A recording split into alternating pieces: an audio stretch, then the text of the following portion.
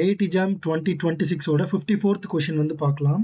So நமக்கு வந்து F டேஷோட value கேட்டிருக்காங்க. இது டிஃபரன்ஷியேட் தான் பண்ண போறோம். நம்மளோட கன்வீனியன்ட்டுக்காக அண்ட் சிம்பிளிசிட்டிக்காக நான் என்ன பண்ண போறேன்னா integration 0 to log y e to the power negative 1 by root 2 1 minus t square dt the entire thing ஐயும் function of y அப்படின்னு வச்சுக்கிறேன். ரைட். ஸோ இதுல இருந்து எனக்கு என்ன தெரிஞ்சிருச்சு அப்படின்னா என்னோட எஃப் ஆஃப் எக்ஸ் அப்படிங்கிறது integration 0 to e to the power sin x okay into g of y dy okay. So இப்போ நான் வந்து f dash of x calculate பண்ணா எனக்கு என்ன வரும்? நீங்க பார்த்துட்டு இருக்கிறது DK Math Prep, நான் உங்கள் DK, a mathematics student at IIT Madras. G of e power sin x into e power sin x into cos x, right?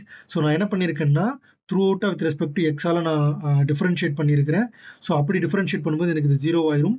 Plus இந்த அப்பர் லிமிட்டை நான் டிஃபரன்ஷியேட் பண்ணி அதை இங்கே உள்ள சப்ஸ்டியூட் பண்ணிடுவேன். இது வந்து லெய்ப்னிட்ஸ் ரூல், ஓகேவா?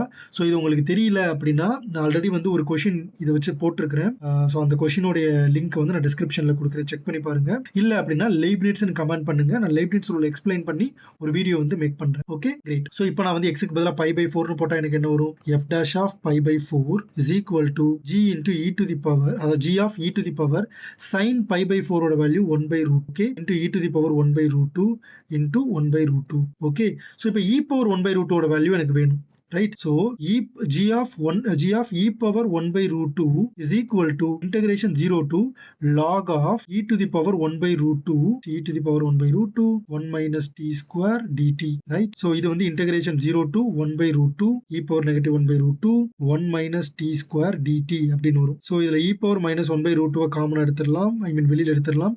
இப்போ உள்ள இருக்கிறத நீங்க இன்டெகிரேட் பண்ணி சப்ஸ்டியூட் பண்ணீங்கன்னா ஃபைனலா உங்களுக்கு 5 into e to the power 5 divided by 6√2 அப்படின்னு வரும். ஓகே. ஸோ இப்போ அதை இங்கே நீங்க கொண்டு வந்துருங்க. So e power negative 1/√2 into 5 divided by 6√2 into e to the power 1/√2 into 1/√2. So this and this becomes 1. So 5 divided by 12. 5/12 0.41.